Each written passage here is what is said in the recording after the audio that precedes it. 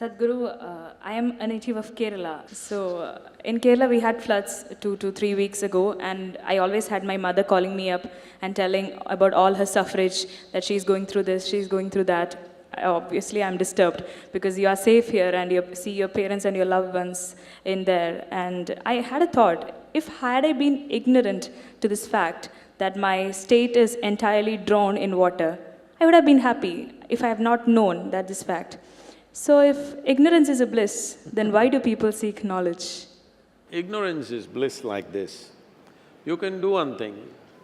Okay, you can come to Vellangiri Malai. Go up there and there's a cliff, you jump off. It's so wonderful. Till you hit the ground. Ignorance is like that. If you jump off, you've never done skydiving? If you jump off an airplane, it's so fantastic, really. Only thing is, if you look down, the damn planet is coming at you at great speed, that's the only problem. Otherwise, falling is very nice till you hit the ground. Ignorance is like that. It'll catch up with you. It'll catch up with you. Suppose it happened when you went for a vacation, it would have caught up with you, isn't it? And what guarantee that it won't come here? There's no guarantee. It can happen anywhere. So, ignorance is not a solution, nor is it a bliss. Ignorance protects you from suffering a few things, but suffering will accumulate and come to you in large scale at some point. Right now, this flood itself is ignorance is bliss only. Because people thought if you don't know anything, everything will be okay. No, you will drown. Now the flood is happening for a variety of reasons.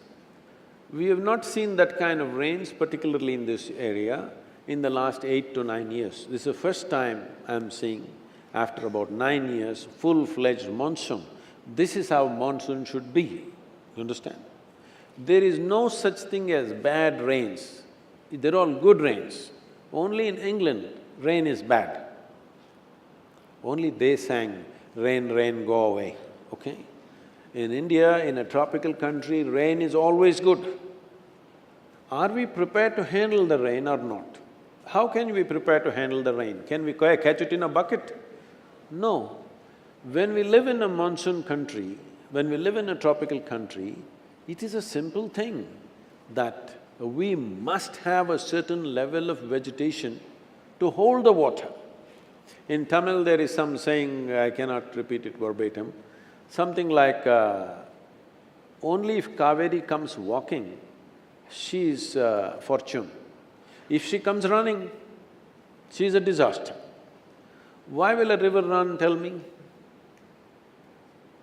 How to make a river walk, not run? There must be vegetation. If there is substantial vegetation, the catchment areas, when they get it, it will hold and slowly it'll come down to the river. Now there's no vegetation, it's coming straight in. Similar situation happened in Coorg also now. In the last 30 years' time, they've removed 65% of the vegetation in Coorg, which is the catchment area for Kaveri. Now, as a part of this, in collaboration with Karnataka government, we are planting 25 crore trees in the catchment areas of Kaveri. Now, we are fighting for Kaveri between Karnataka and Tamil Nadu, but the problem is this, that vegetation in the catchment areas have been removed, 65% in the last 30 years. At one time, I floated down Kaveri, 163 kilometers over 13 days on just about 6 or 7 bamboos and 4 truck tubes. I just floated down, lived off the river. At that time, how I saw Kaveri, today it is only approximately 40% of it. No wonder you will fight for water. But now when the flood comes, who can hold it? So, ignorance is bliss means it'll get you one day. It took some time, it took 24 years, but it got you. The same is true with Kerala. In the Ganga banks, in the Ganga basin accounts for 25% of the nation's geography and 33% of India's agriculture. In the last 70 years, we removed 94% of vegetation in the Ganga basin. What is our plan? Ignorance is bliss, is it? Yes, it is. Bliss will get us. Our ignorance may somehow make us escape, but it'll get our children. They will not get away. Next generation will get it.